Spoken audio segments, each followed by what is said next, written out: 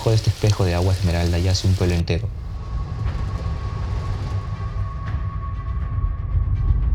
Lo que hoy es un paraíso para el turismo, hace 50 años fue el escenario de un sacrificio que cambió la historia de Antioquia para siempre.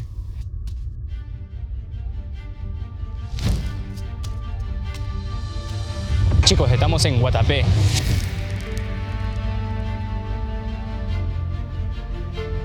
Hoy vamos a descubrir qué hay detrás de este paisaje y cómo un estrobo de piedra se convirtió en el símbolo de un renacimiento. Muchachos, este es el nuevo Peñol. En el sitio donde se construirá el nuevo Peñol.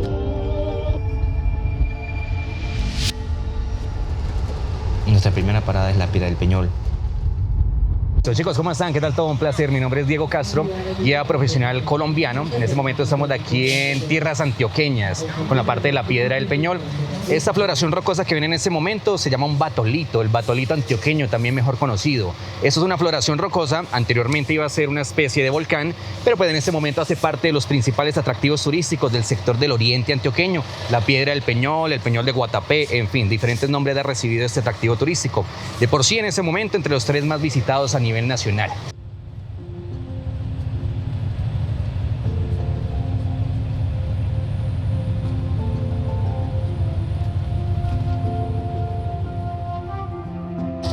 Chicos, ahora mismo estaremos subiendo la Piedra del Peñol.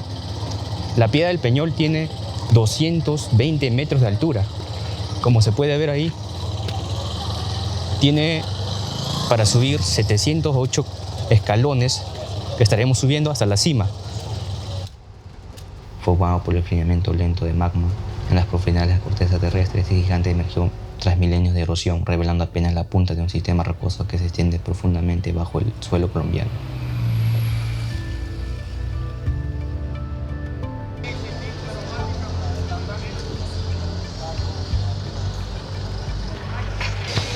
El ingreso a la piedra cuesta 30.000 pesos colombianos. En promedio se sube la piedra cerca de unos 20 minutos y en descenso también aproximadamente unos 20-25 minutos. Antes de que esto sea un atractivo turístico, la Piedra del Peñol para subir los escalones era de madera. En ese entonces, poco a poco lo fueron haciendo de cemento, de concreto. Se dice que también intentaron pintar la piedra con el nombre de Guatapé, pero no lo permitió el gobierno porque se vería no tan natural, ¿no? Sino se vería algo ya retocado.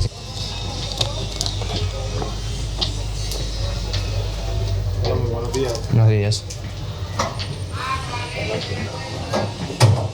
La primera vez que la subieron fue para 1954. Señor de apellido Villegas, el señor Eduardo Villegas, junto con otros 2 amigos, tardan aproximadamente unos 5 días escalando toda la parte del batolito.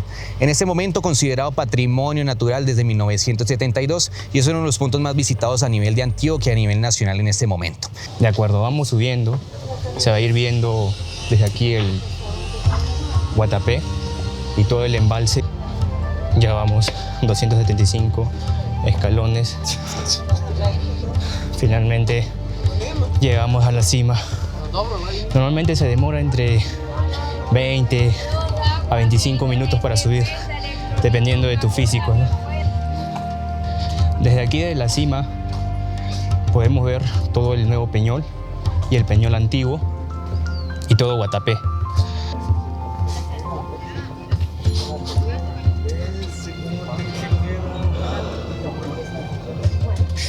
Aquí en la cima de la piedra se pueden encontrar tiendas que uno puede comprar.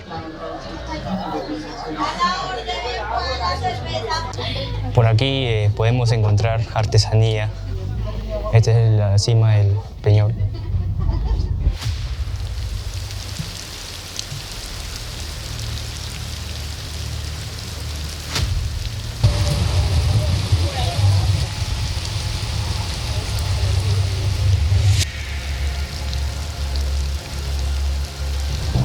Guatapé, vecina población realzada por la gigantesca roca que refuerza su paisaje, ve cruzar la pujante energía de las piezas que formarán una de las mayores plantas hidroeléctricas de América Latina, la central de Guatapé.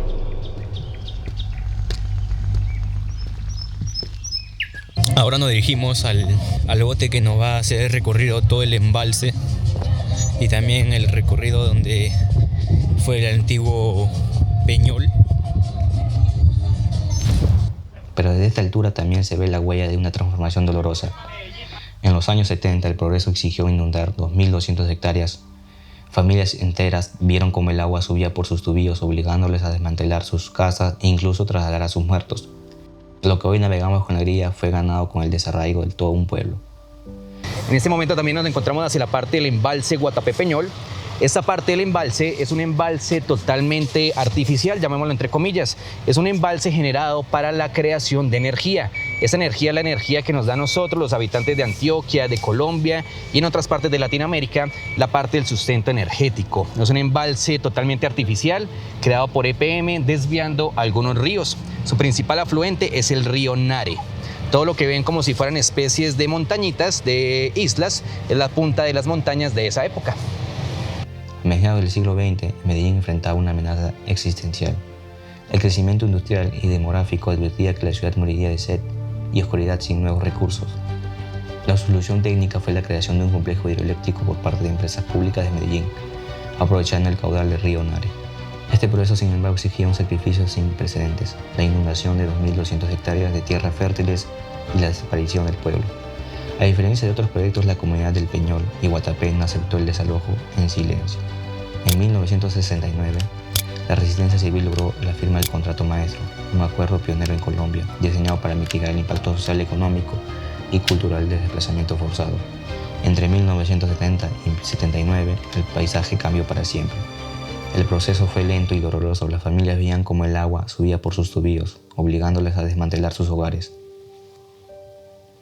No solo se movieron pertenencias, los habitantes tuvieron que exhumar y trasladar a sus muertos para evitar que los cementerios quedaran bajo el lodo. Hoy una cruz que emerge del agua marca el lugar exacto donde alguna vez estuvo la iglesia del Viejo Peñol, funcionando como una huella de memoria histórica.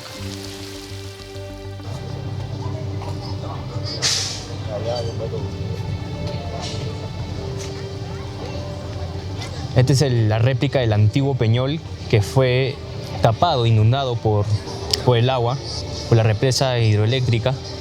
Esta es una réplica del antiguo Peñol.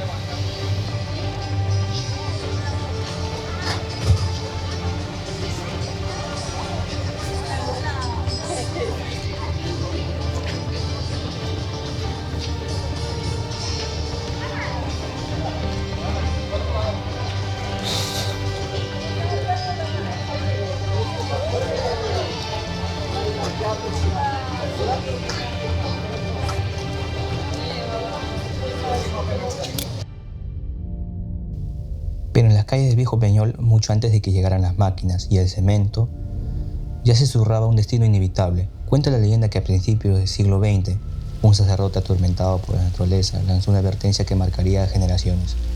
Tras años intentando construir un templo que los rayos y la lluvia destruían una y otra vez, el sacerdote, en un estallido de desesperación desde el púlpito, sentenció: algún día un dragón se tragará este pueblo.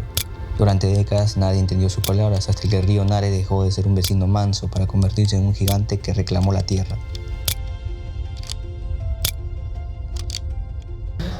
Se dice que desde el mapa se puede ver un dragón, lo cual ha cubierto todo Guatapé, o sea, todo el agua que se puede ver, se ve un dragón chino, un dragón azul, ya que simboliza el agua. Asegurando que reciban la atención oportuna en el momento.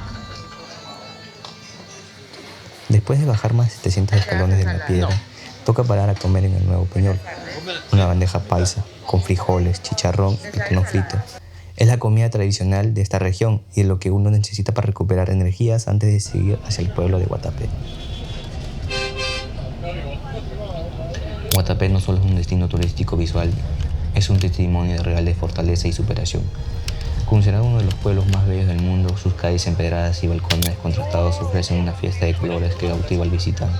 Sin embargo, tras los documentos se expone la historia de un pueblo que se negó a desaparecer cuando el agua amenazó con borrar su pasado. El símbolo máximo de la entidad de Guatapé nació de una mezcla de devoción y necesidad práctica. Es una estación o una agencia de de bus. El excremento de los animales de carga. El excremento le da como un tipo de consistencia muy... Mira, en este tipo de arquitectura es de donde saca... Esta pintura la sacaron de la película Encanto. Entonces la intentaron pintar muy como la de la familia Madrigal. Eso es un Airbnb aquí en Guatapé. La mayor parte de las propiedades que van a ver es enfocado hacia la parte del turismo. Esto ya es un pueblo netamente turístico. Se basa su economía directamente en eso. Pero la magia de Guatapé ha trascendido sus fronteras geográficas. La riqueza visual de sus fachadas y la explosión de color de sus calles sirvieron como una de las principales inspiraciones para la estética de la película Encanto, producido por Disney y estrenada en el año 2021. Los creadores de la cinta buscaron capturar la esencia de la arquitectura tradicional colombiana y encontraron en este pueblo de zócalos el referente perfecto.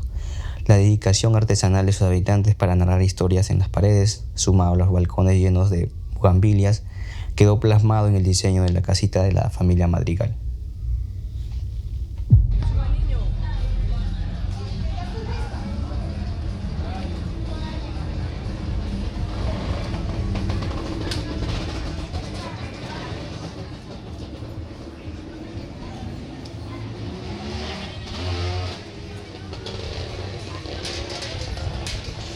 Bueno, eso se basa por el tipo de arquitectura que se encuentra. Entonces, por ejemplo, mira, este tipo de arquitectura se llama coloquialmente, porque el nombre no es así, una arquitectura campesina.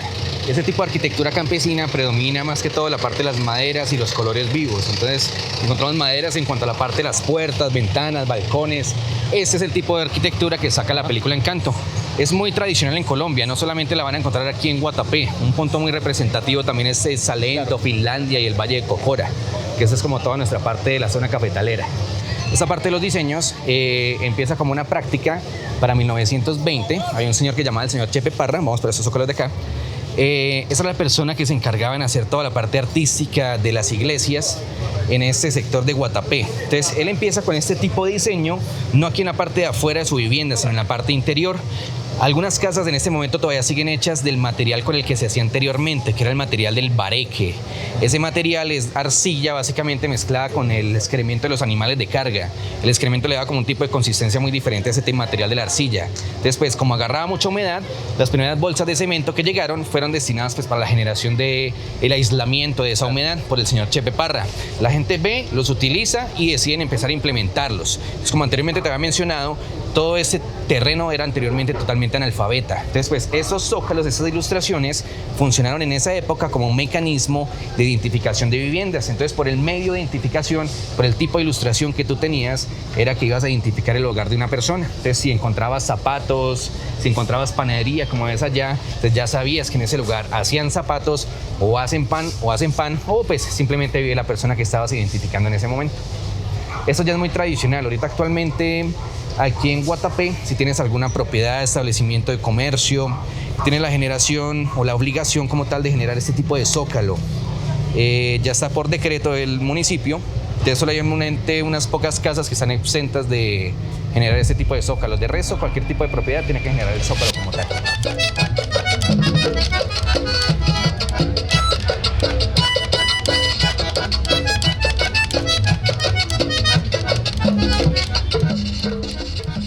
El primer zócalo surge como un motivo judío-cristiano, el Cordero de Dios.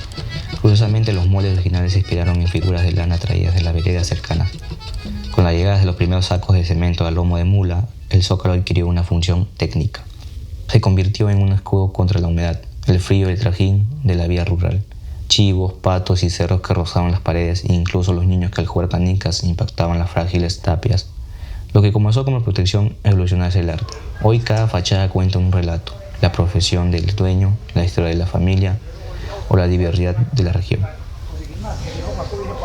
Guatapé nos enseña que aunque el pasado esté bajo el agua, el futuro se puede pintar con los colores de la esperanza, porque este no solo es un pueblo de fotos bonitos, es un pueblo que aprendió a caminar sobre las aguas de su propia historia.